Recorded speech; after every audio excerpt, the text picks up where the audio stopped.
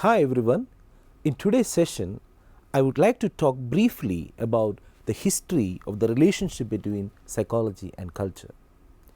Traditionally, the relationship between psychology and culture existed in the history in a strange way.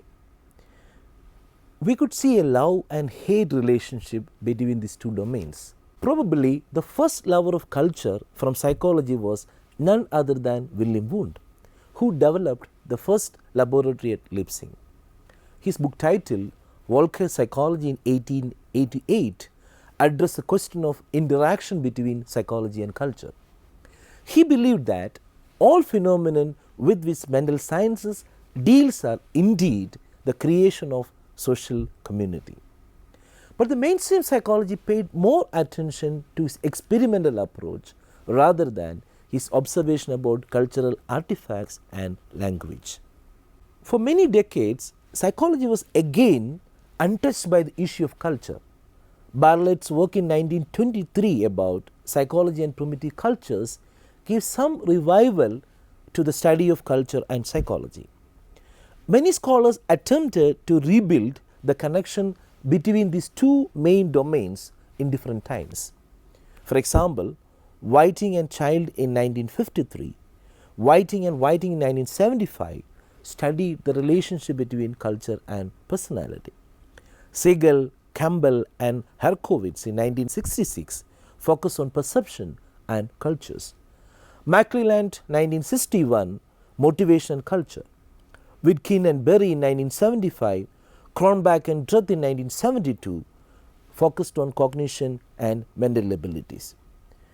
But unfortunately, these initiatives did not receive enough foothold in the mainstream debate in psychology. Now, let us look at the revival of the interface between culture and psychology. It was during the 1980s and 1990s psychology again fell in love with the culture. That is a time where the relationship between culture and psychology began to emerge as a major research area in psychology. In large part, this was due to the theoretical and methodological advances, yet it was also propelled by the fertile social, economic and political ground that called out for social psychological research on cultural differences. This led to emergence of a culturally informed psychology. Let us look at the emergence of cultural psychology. I would like to briefly talk about some of this scholarly work contributed to these movements. Cultural anthropologist Richard Schweder, who coined the term cultural psychology, published influential works like Thinking Through Cultures, Expeditions in Cultural Psychology and Why Do Men Barbecue? Recipes for Cultural Psychology, in which he addressed the interface between psychology and culture in a relevant manner.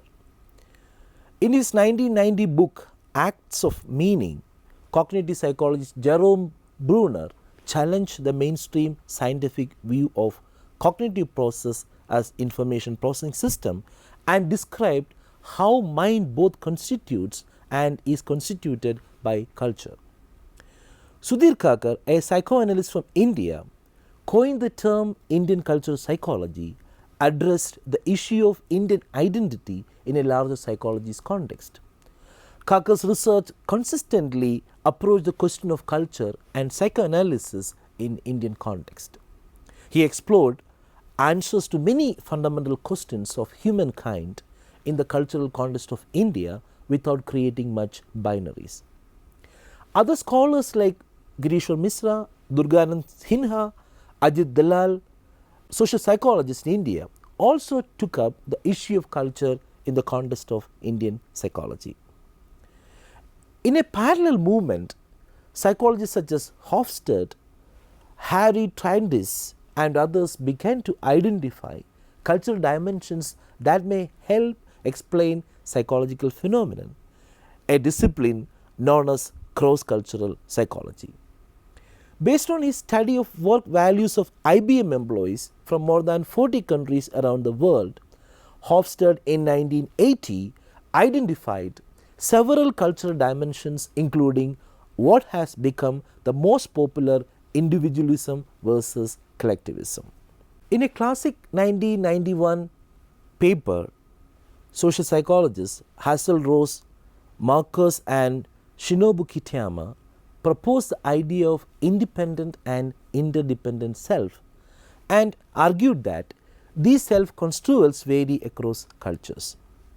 Let's look at the perspectives of cultural psychology.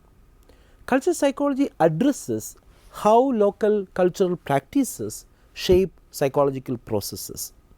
Schweder in 1991 proposed that cultural psychology is a study of the way cultural traditions and social practices regulate, express and transform the human psyche.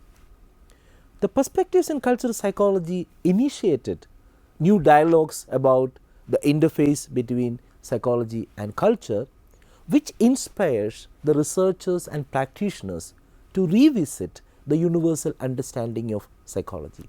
Thank you. Have a good day.